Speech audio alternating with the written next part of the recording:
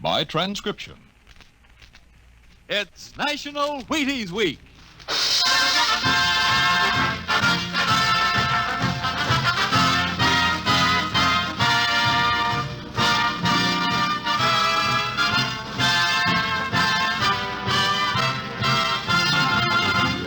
Yes, it's National Wheaties Week, and Wheaties present Dimension X. On stage tonight, Dimension X, another in the Wheaties big parade of exciting half-hour presentations. It's National Wheaties Week, the week to buy Wheaties and eat Wheaties and enjoy them as never before. The time to really find out what difference a good breakfast with Wheaties can make. You know, you're getting protein when you dip into a bowl full of Wheaties. You're getting whole wheat minerals and vitamins. You're getting whole wheat energy. Yup, there's a whole kernel of wheat in every Wheaties flake. That's how a better breakfast, beginning with Wheaties, can help you step lively all morning long. And that's why all over this big country, folks are celebrating National Wheaties Week and stepping lively. So how about it? Get out the big cereal bowl and help celebrate Breakfast of Champions. Pour out those golden flakes, put on the milk, put on the fruit, and let's have National Wheaties Week. You ready? Let's go.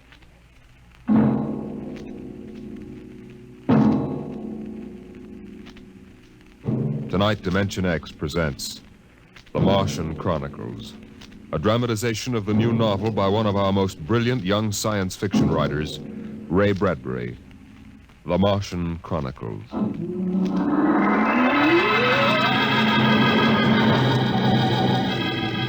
January in the year 1999.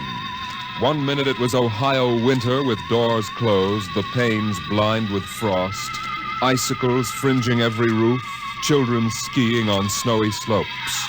And then a long wave of warmth crossed the small town, a flooding sea of hot air. Bye, Mom. I'm going out. William McClellan, you come back here. You know you can't go out in winter without a coat. You want to catch your death of cold? But it isn't cold. It's warm outside. It's rocket summer. Rocket summer? You know, like Indian summer.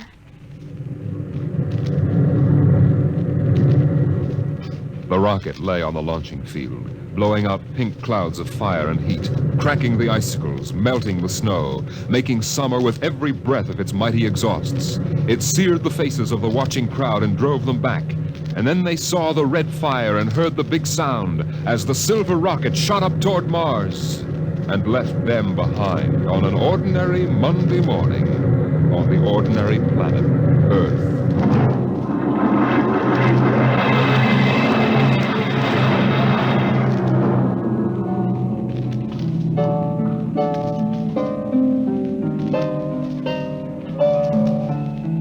They lived in a house of crystal pillars on the planet Mars by the edge of an empty sea. And every morning you could see Ila eating the golden fruits that grew from the crystal walls, or her husband sitting alone in his room reading from a singing metal book over which he brushed his hand as one might play a harp. Ila and her husband were not old. Once they had liked painting pictures with chemical fire, swimming in the canals when the wine trees filled them with green liquors, and talking into the dawn together. But no more. Marriage sometimes makes people old and familiar while still young, and Ila was not happy now. This morning she sat dreaming between the crystal pillars and wished that somehow a miracle might happen. And then suddenly... Ila, did you call? No. I thought I heard you cry out. Did I? I was almost asleep and had a dream. In the daytime? You don't often do that. Strange. How very strange. I dreamed about a man. A tall man. 6 feet tall. Oh, how absurd. He'd be a giant, a misshapen giant. I know. And yet somehow he looked quite handsome. He was dressed in a strange uniform. And he came down out of the sky in a long silver craft. Out of the sky? What nonsense. He spoke pleasantly to me in another language. But somehow I understood him with my mind. telepathy, I suppose. Oh, really, Ela? And he said, I've come from the third planet in my ship. My name is Nathaniel York. A stupid name.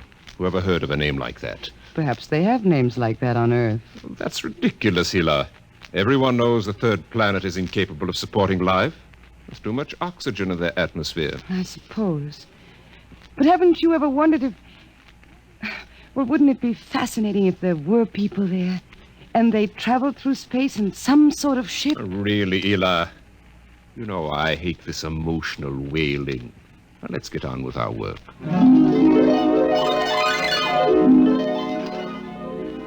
Evening came.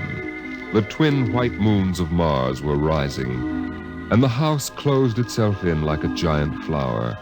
A wind blew among the pillars, stirring Ela's russet hair, crooning softly in her ear. And it was then that she began singing the song. Drink to me only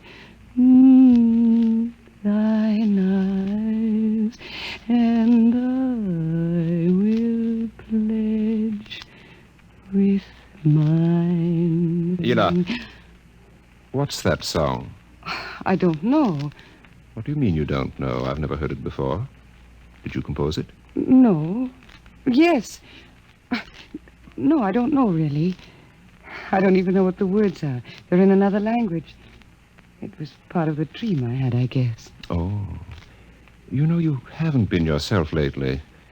It might do you good if we went away to the Blue Mountains for a week or so. What? Did you hear what I said? I'm sorry. I was watching the sky. You're certainly interested in the sky tonight. It's very beautiful. Well, what about my suggestion? Shall we leave for the Blue Mountains in the morning? You mean go away now? Oh, no. No? Why not? Why don't you want to go? I don't know. I just don't want to, that's all. Leave a kiss in the cup, and not ask for... Ela, I'm sick of that silly song. It's late. Let us sleep.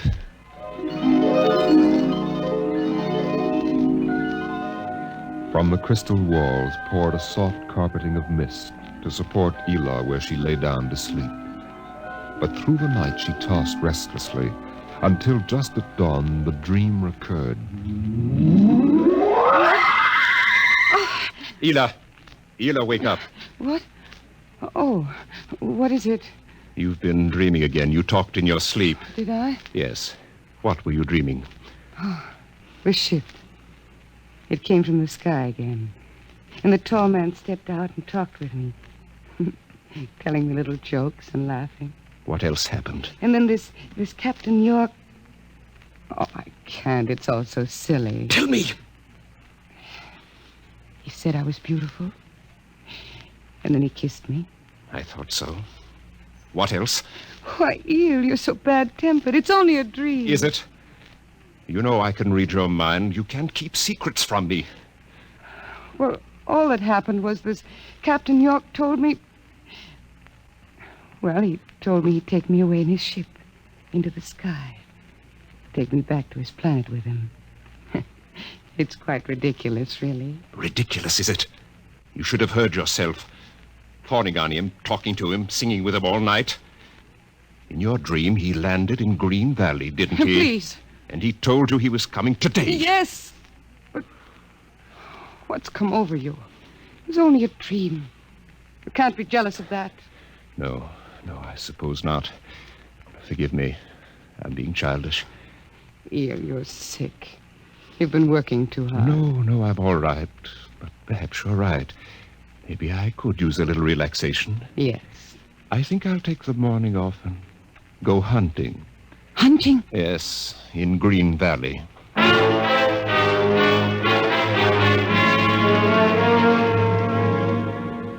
Numbly, she watched him go to a closet and draw forth an evil-looking weapon.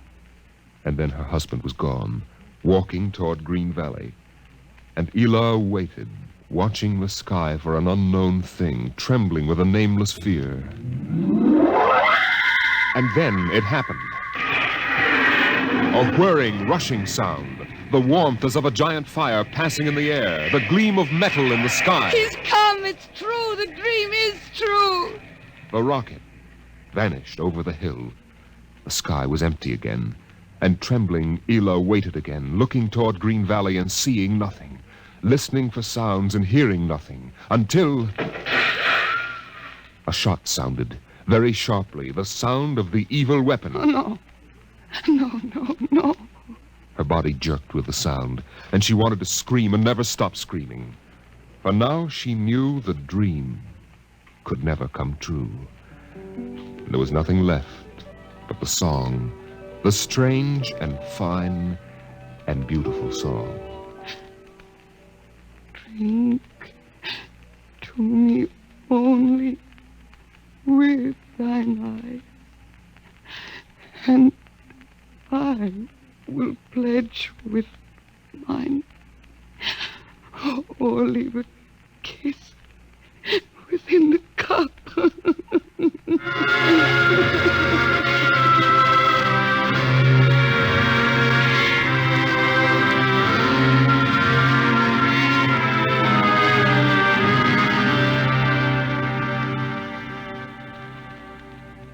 But still the rockets came. The next ship came down from the stars and the black velocities and the silent gulfs of space and landed by night near a Martian city. The men made their way to the outer rim of the dreaming city, and then Jeff Spender went in to reconnoiter while the others watched and waited for something to stir in the haunted city, some gray form to rise, some voice to break the unearthly stillness. Where were the people? Where were the Martians? Nothing stirred to disturb the silence until... Halt! Who goes there? Don't shoot! Hold it, Parker. It's Spender and his party. They're coming back. Captain Wilder! Over here! Well, Captain, we've searched the city. People were living here last week. People? Martians. Where are they now? Dead. Dead. What did they die of? You won't believe it, Captain. Chickenpox. Good Lord, no. Yes. No resistance to an Earth disease, I guess. So the other rocket did get through to Mars. It looks like it, Captain. God only knows what the Martians did to them. But at least we know what they did to the Martians. You mean they're all dead? Yes. This planet is through. Hey, you hear that, guys? We're safe. Break out a bottle, Cookie. Let's have a drink to celebrate. Stop it, Parker. Put down that bottle. What's eating you, Spender? The planet's ours now. We got to christen it, don't we? I christen thee the city of... I christen... Hey, Park Hill City. Park Hill, I warned you. All right, Spender, that's enough. That'll cost you a $50 fine. Cookie, McClure, take care of Parkhill. Spender, you come with me.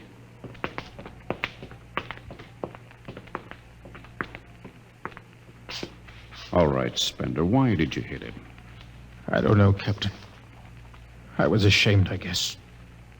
Ashamed of Sam Parkhill and the noise and the spectacle the whole crew is making. It's been a long trip. It's only natural they'd want to have their fling. Yes, but where's their sense of what's right? Their respect for what's happened here? Captain, a race builds itself for 1,000,000 years, refines itself, builds cities like this one, does everything it can to give itself respect and beauty, and then it dies. Of what? Not anything fine or majestic or fitting, but a dirty little thing like chickenpox. And Sam Parkhill wants to celebrate. I know, Spender, but you've got to remember you've a different way of seeing things. I'm seeing things all right. I'm seeing what we'll do to Mars. We'll rip it up, rip the skin off, ruin it the way we've ruined our own planet. Captain, look at the city. It may be the last time you'll ever see it this way. Beautiful in the moonlight, isn't it? Yes. There's a poem by Byron that describes it, and how the Martians would feel tonight. If there were any of them left to feel. So we'll go no more a-roving so late into the night. Though the heart be still as loving and the moon be still as bright. For the sword outwears its sheath, and the soul wears out the breast. And the heart must pause to breathe, and love itself must rest. Though the night was made for loving and the day returns too soon, yet we'll go no more a-roving by the light of the moon. Without a word, the Earthmen stood and looked at the city. The bottle lay shattered at Sam Parkhill's feet, and the sour stench of liquor filled the cool air. The men of Earth had come to Mars.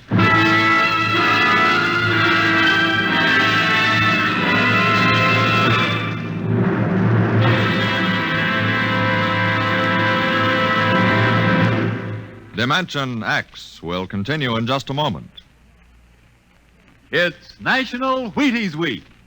Yes, the week when everybody tries Wheaties, even an orchestra leader. And here he comes from behind the scenes in radio to help celebrate National Wheaties Week, Mr. Von Dexter. Thank you, Frank. Hello, folks. I understand this is National Wheaties Week. I kind of get a kick out of that. The only breakfast food in the world with a week of its own. And I'm here for just one thing, to ask you to try Wheaties during National Wheaties Week. There are a lot of us whose voices you've never heard on the Wheaties big parade of radio programs, you know. Backstage people. Like musicians. Right, Frank, like musicians. We'd get great pleasure from knowing you like these programs well enough to buy a box of Wheaties tomorrow. Wheaties are good. They're nice to eat. I like them. I think you will. Try them once during National Wheaties Week. Will you do that? Von, I think the folks will. Good. Thank you. Good night.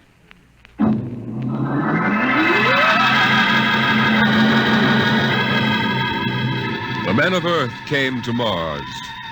They came because they were afraid or unafraid, because they were happy or unhappy, because they felt like pilgrims or did not feel like pilgrims. The government posters screamed, "There's work for you in the sky. See Mars!" And the men shuffled forward, all kinds of men, all coming for different reasons.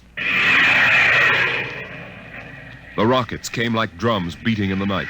They came like locusts, swarming and settling in blooms of rosy smoke. Mars was a distant shore, and the settlers spread upon it in waves. First the pioneers and builders, then the people of civilization. Some came because they were afraid of a coming war on Earth. Some came because they were afraid of nothing.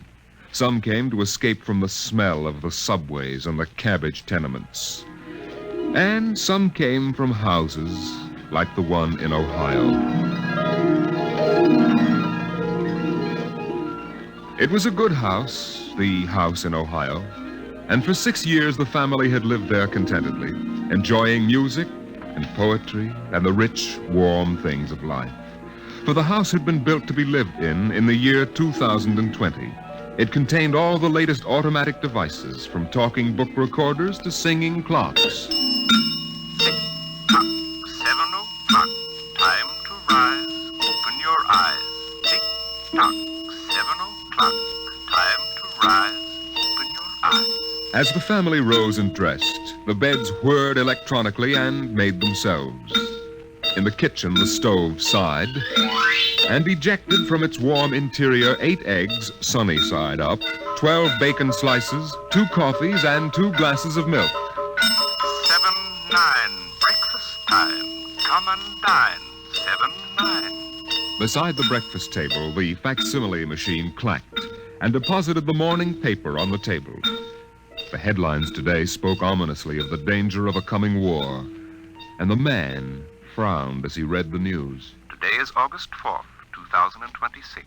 Insurance, gas, and atom heat bills are due. And today, remember, the family has planned a picnic. Gee, Dad, are we really going? Sure, Timmy, why not? It's raining out. It's not raining where we're going, son. Now run upstairs, pack your fishing tackle. We're going on our picnic, all right. Okay, Dan. Bill, are you sure we ought to go? Yes. Have you seen the headlines this morning? Looks bad, doesn't it? Mm-hmm. The rocket's ready. All we have to do is pack and take off. I know, but... Well, flying to Mars, it seems so crazy. Well, all right, then we'll go. Should we tell the children why we're going? No, not yet. Let them enjoy the picnic. The house went on with its appointed tasks. 9:15, time to clean. 9:15, time to clean. Out of the molding darted hundreds of tiny mechanical mice, all rubber and metal. They sucked up the dust and dirt in the house and popped back into their burrows. In the walls, relays clicked, memory tapes glided under electric eyes, recorded voices moved under steel needles. 12 o'clock, 2 o'clock, 4 o'clock, 6 o'clock, tick-tock, 8 o'clock. Evening came. In the living room, the hearth fire bloomed out of nothing, and the phonograph spoke from beside the fireplace. Mrs. McClellan, what poem would you like to hear this evening? Mr. McClellan? Since you express no preference, I shall select at random from among your favorites. Sarah Teasdale, There Will Come Soft Rains. There will come soft rains and the smell of the ground, and swallows circling with their shimmering sound, and frogs in the pools singing at night, and wild plum trees in tremulous white. Robins will wear their feathery fire, whistling their whims on a low fence wire, and not one will know of war, not one will care at last when it is done.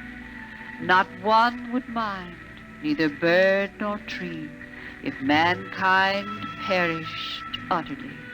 And spring herself, when she woke at dawn, would scarcely know that we were gone.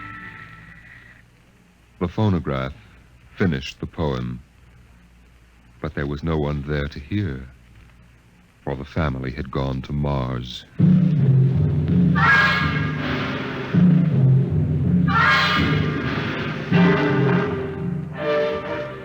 On the Martian desert beside the highway, there rose a blare of red and yellow neon lights that spelled the death of Jeff Spender's dream. Sam's hot dog stand is what the sign read, and Sam, of course, was the same Sam Parkhill who had fought with Spender years before. 10,000 rockets were reported leaving soon for Mars, with 100,000 hungry customers, and Sam wanted to be ready for them. Hey, look up there, Elmer. Hmm? See that green star up there? That's Earth. Good old wonderful Earth. Makes you feel almost reverent, don't it? Yeah. Send me you're hungry and you're starved. Something. That's a poem I learned at school. Come on, Earth, send me your rockets. Here's Sam Parkhill with the only hot dog stand on Mars. Sam, what if the rockets don't come? What if there's a war on Earth? Don't worry, they're coming all right. Ain't nothing gonna happen to spoil my plans, baby. I figured it all out. Sam! Hey, Sam, look up there! Earth! Well, what? Oh, no. It's catching fire. It's burning. No, that can't be Earth.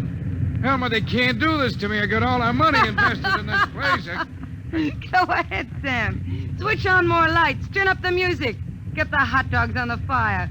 There'll be another batch of customers coming along in about 100 million years. Oh, no, it couldn't be. What a swell spot for a hot dog stand. Let you in on a little secret, Sam. This looks like it's going to be an off-season.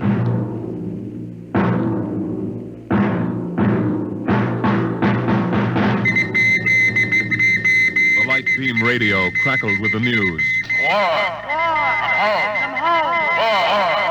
By morning, the shelves of the luggage store were empty, and the rockets were blasting off, headed back to Earth. In a few days, everyone was gone, and the planet of Mars once more lay deserted and silent.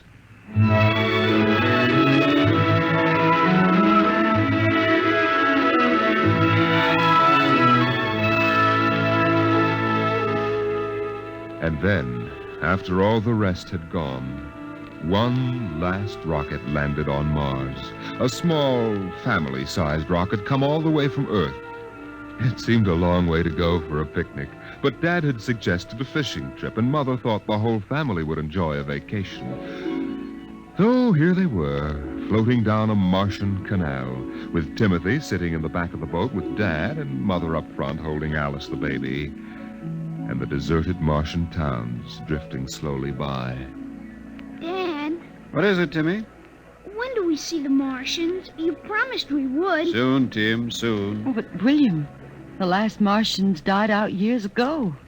They're a dead race now. Not quite. Don't worry, son. I'll show you some real live Martians later on. Gee, this is swell.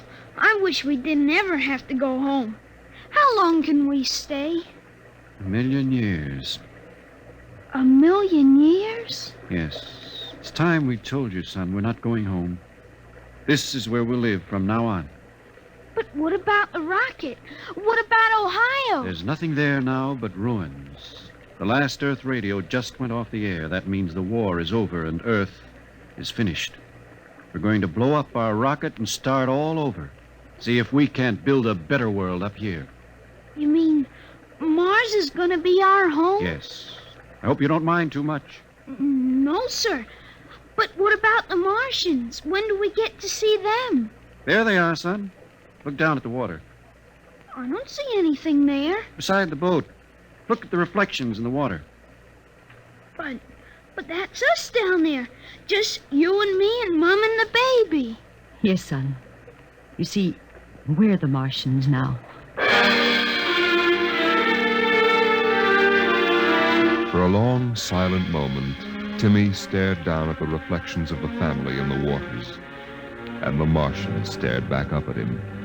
Then he lifted his eyes to the deep ocean sky, trying once more to see Earth and the house he had always called home. But Earth was too far away, and the house was now only a heap of radioactive rubble.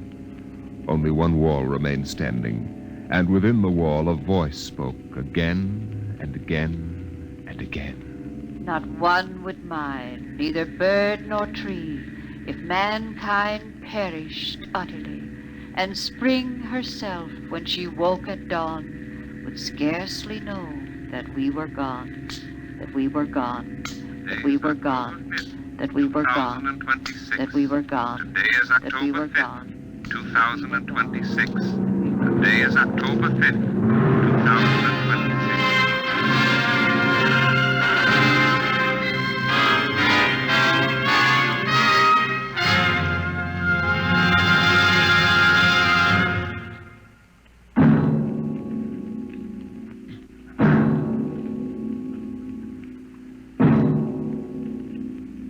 You have just heard The Martian Chronicles, a dramatization of highlights from the new novel by Ray Bradbury. Your narrator was Norman Rose, and featured in the cast were Inga Adams, Roger DeKoven, and Donald Buca. Music by Albert Berman, engineer Bill Chambers. Dimension X is produced by Van Woodward and directed by Jack Cuney. In a moment, we'll tell you about next week's show. And now, here is your Wheaties man, Frank Martin. Go out and get the Wheaties. It's National Wheaties Week. Yep, this is the week everybody's trying Wheaties. See yourself how Wheaties at 7 can help at 11. A better breakfast beginning with Wheaties can help make a wonderful difference because there's a whole kernel of wheat in every Wheaties flake. So eat happy, work happy. Wheaties, breakfast of champions. Get yours. Get yours. It's National Wheaties Week. Next week, the strange and chilling story of the parade. The parade that suddenly turned into a funeral procession for the world of tomorrow. The world of... Dimension X.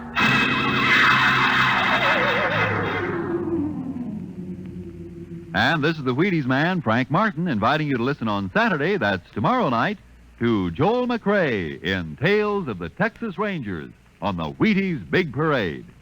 See you then. Remember, it's National Wheaties Week. Swing your partners right and left. It's National Wheaties Week. Come on, everybody, to the Wheaties party. Eat a lot of Wheaties like the champions do. Dance together, cheek to cheek. This is National Wheaties Week. Eat a lot of Wheaties like the champions do. Wheaties, a breakfast of champions.